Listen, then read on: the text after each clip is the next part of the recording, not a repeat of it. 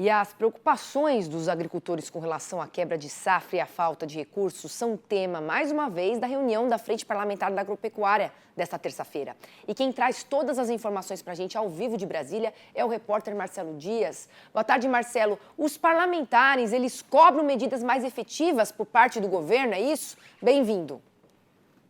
Boa tarde, Priscila. Boa tarde a você que nos assiste aqui no Mercado e Companhia. É isso mesmo. Olha, Priscila, o que acontece? Os parlamentares, eles temem aí a falta de urgência no encaminhamento das pautas de políticas públicas que possam reverter o impacto da quebra de safra, que já vem sendo discutido desde a última reunião, Priscila. Os deputados estão muito preocupados. A reunião continua aqui intensa sobre esse tema e nós vamos conversar agora com o Alceu Moreira, que é deputado aqui pelo Rio Grande do Sul, que está participando da reunião e saiu aqui para nos atender.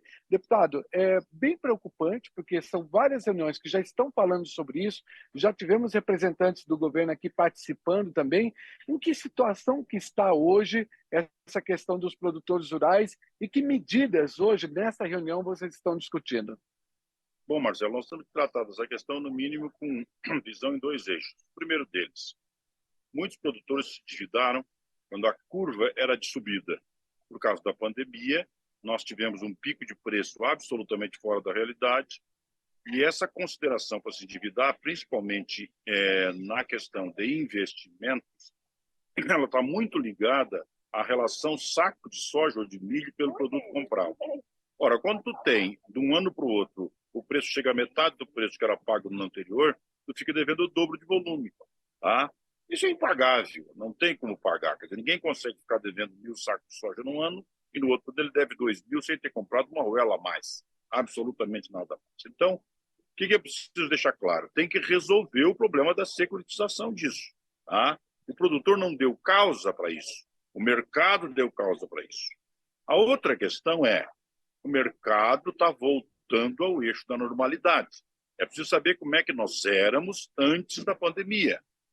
O que aconteceu? Uma colheitadeira quase dobrou de preço, tem colocado uma arruela a mais, um parafuso a mais. Ela vai ter que voltar para o preço, não tem como. Então é o seguinte, como diz o Rodrigues, o nosso ex-ministro, esse é uma locomotiva subindo com vários vagões. A locomotiva está descendo há muito tempo, porque é os produtores rurais.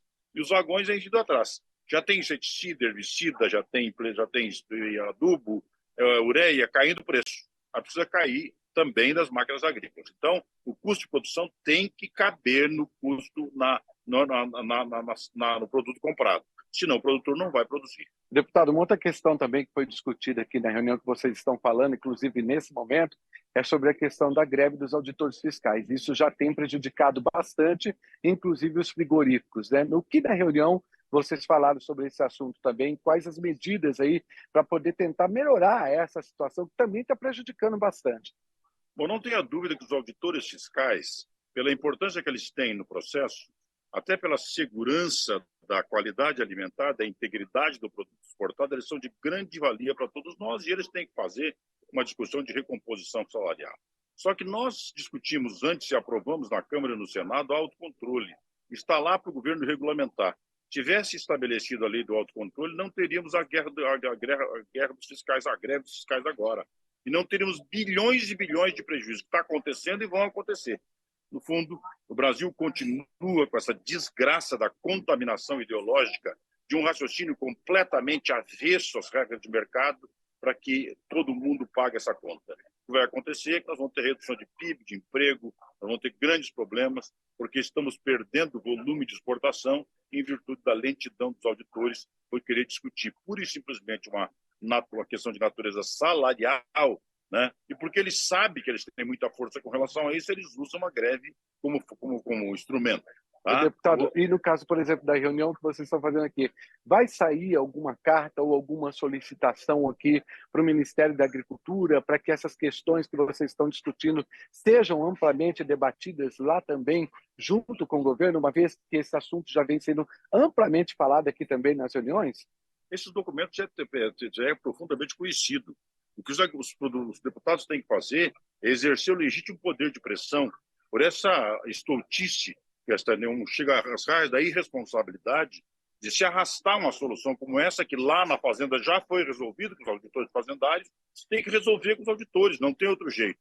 E nós queremos a regulamentação do autocontrole e vamos cobrar do Ministério da Agricultura. Ok, deputado, muito obrigado pela sua participação, por ter saído da reunião para atender a gente aqui no Canal Rural. Priscila, é isso aí. Agora essas reivindicações estão sendo feitas. Vamos aguardar aí quais são os próximos passos com relação a essa grande preocupação que está tendo o produtor, que é o impacto da safra e também a greve dos auditores fiscais. É com você em São Paulo. Obrigada aos dois aí, uma boa tarde, bom trabalho.